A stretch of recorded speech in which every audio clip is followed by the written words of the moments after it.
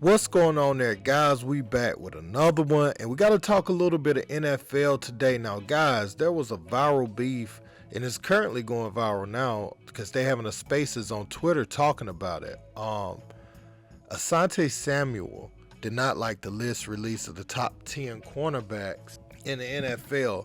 More specifically, he didn't like Sauce Gardner being listed at number two. And one of the users was like, they agree with Asante because they treating Sauce Gardner like he was prime Revis. And that's where it went crazy. Sauce responded to Asante coming at him lately, and Darrelle Revis got involved, man. I'm going to show y'all a series of tweets. Check it out.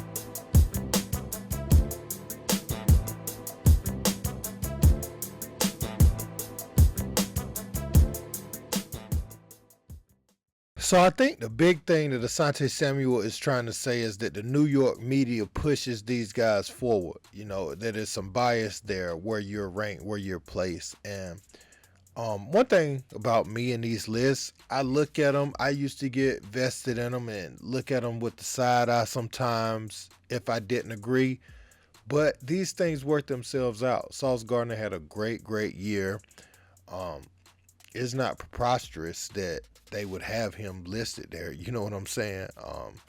So let's just let these things play out. It's no need. One thing I really don't like is players that is done playing talking down on the next player. You know what I'm saying? Like,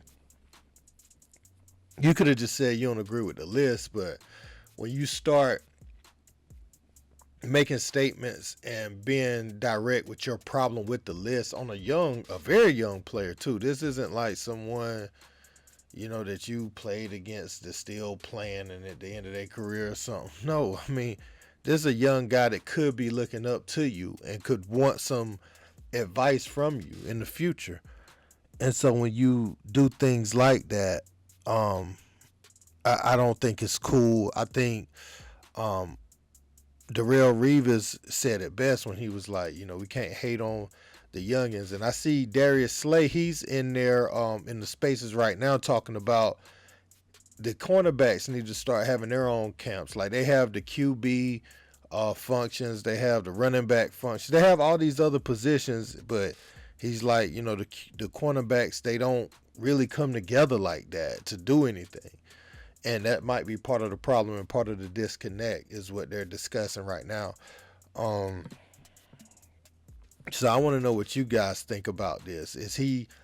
Does this point have some validity? Is it the New York media that's kind of pushing certain players and certain rankings, giving it to them before they earn it, as Asante Samuel is saying? Or, is this valid? Like he is really number 2 going into the next season.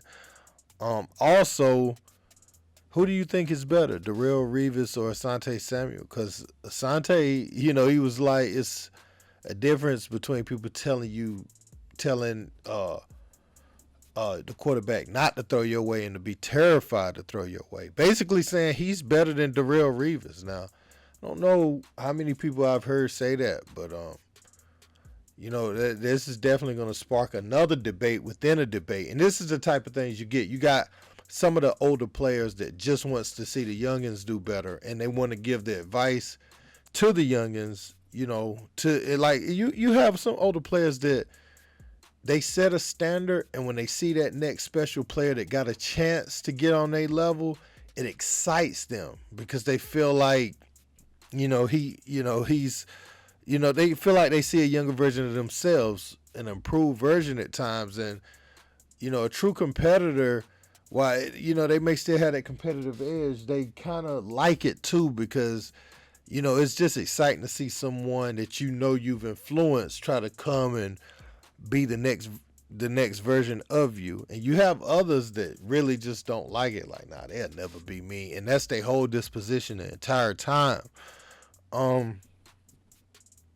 He said he's not hating, but players is gonna take it as that. Now, there's nothing wrong with hard criticism of a player if you're nitpicking a person's game. Like, for instance, when Shannon Sharp was talking about what's my man name for Seattle, the big receiver, really fast. What's his name? God, his name escapes me right now.